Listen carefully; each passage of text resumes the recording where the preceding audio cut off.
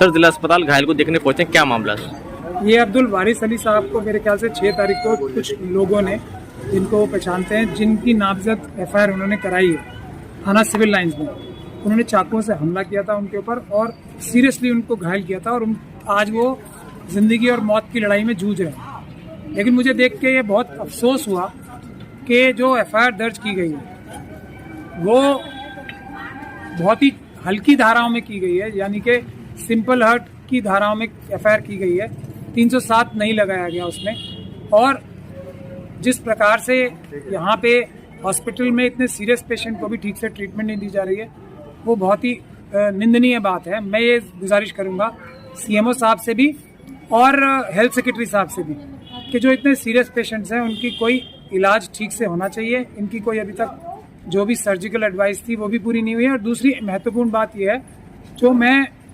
रामपुर की जनता को ये बताना चाहता हूँ कि मेडिकल जो ट्रीटमेंट होता है वो डॉक्टरों से प्राप्त करना आपका हक होता है। कोई MLC की कॉपी और सारी ट्रीटमेंट की कॉपी जो होती है हर एक पेशेंट का और उसके पेशेंट के जो मिलने वाले होते हैं, उनका जो इलाज करवाने वाले होते हैं, उनका हक होता है, ताकि वो देख सकें कि उनकी क्या बीमारी है, क्या चोट लगी है उनके, और अगर वो चाहें तो उसका बेहतर इलाज भी करा सकें। तो आज हमने यही किया है, यहाँ उनके भाई दोनों के साथ हैं, हमने उनके कागजात लिए हैं। अब हम इनको दिल्ली में और दूसरी जगहों पे हॉस्पिटल में भी रेफर कराने की कोशिश करेंगे ताकि इनका इलाज ठीक से हो सके, एक इन मेडिकल कागजों की बुनियाद पे, और दूसरा पुलिस से भी बात करेंगे, पुलिस स्टेशन सिविल लाइन से, कि इनकी इतनी सीरियस चोटें होने के बावजूद भी किन कारणों से धारा 307 का मुकदमा ही दर्ज नहीं किया गया। ये बहुत मुझे शॉकिंग बात लग रही है, जिसकी मैं अभी अपने ऑफिस जाके पुलिस स्टेशन सिविल लाइंस थाने में बात करूंगा। और अगर इसमें 307 की धारा में कन्वर्ट नहीं किया गया इसे, अभी तो मैं उच्च अधिकारियों से भी बात करूंगा। यही कानून का प्रावधान है, ये हर एक नागरिक को सीखना भी चाहिए। मेडिकल कागज मिलना आपका अधिकार है और पुलिस से सही धाराएं लगवाना भी आपका अधिकार है। पुलिस भी एक सेवा दे रही है आपको और डॉक्टर भी आपके नौकर हैं, पुलिस भी आपकी नौकर है और आपको सेवा दे रही है।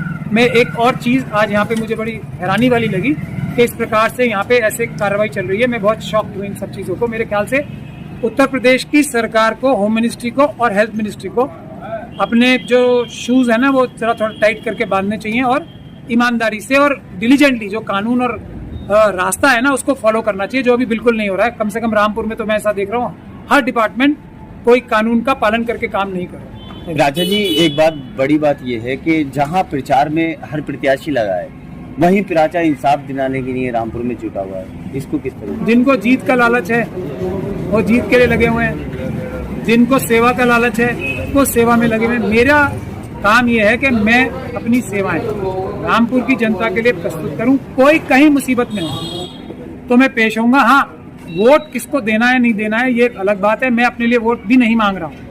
लोग देखें, परखें, सबके एफिडेविट देखें। सबके एफिडेविट इलेक्शन कमीशन की वेबसाइट पे अवेलेबल है। एफिडेविट देखें, लोगों का रवैया देखें, क्या वो आपकी रोजमर्रा की जिंदगी में और आपकी पूरी जिंदगी सुधारने के लिए कुछ करने लायक हैं या नहीं है। क्या वो सिर्फ यही कहते हैं कि हम बनने के बाद ये करेंगे और वो करेंगे, बनने से पहले कुछ नहीं करेंगे। जो पहले नहीं करेगा वो बाद में भी नहीं करेगा। तो ये माना जाए कि पराचा दिल जीतने आया है, इलेक्शन नहीं? मैं सेवा करने आया हूँ। एक मैंने नौकरी के लिए अप्लाई किया, बहुत सीरियस नौकरी है ये। रामपुर की जनता का नौकर नंबर 1 बनना कोई मजाक का काम नहीं है। और मैंने जिंदगी में जो भी काम किया पूरी मेहनत से, लगन से और ईमानदारी से किया, और हर नौकरी में, हर काम में मैं हमेशा टॉप पे रहा हूँ। तो अब जब ये नौकरी के लिए अप्लाई की है तो मैं कोशिश करूंगा कि यहाँ की जनता मुझे टॉप पे ही रखे, अपना नौकर नंबर 1 ही बनाए। मेरी किसी भी कार्रवाई में उनको 1% भी कोई कमी नजर ना आए। तो उसी लिए मैं हर चंद कोशिश कर रहा हूँ। जो मेरे पास आ गया उसके लिए मैं अपनी जी जान लगा दूंगा। ये मैं करके दिखा रहा हूँ, पहले भी और बाद में। नौकर नंबर 1 बनना चाहता है पराचा, अप्लाई किया ना।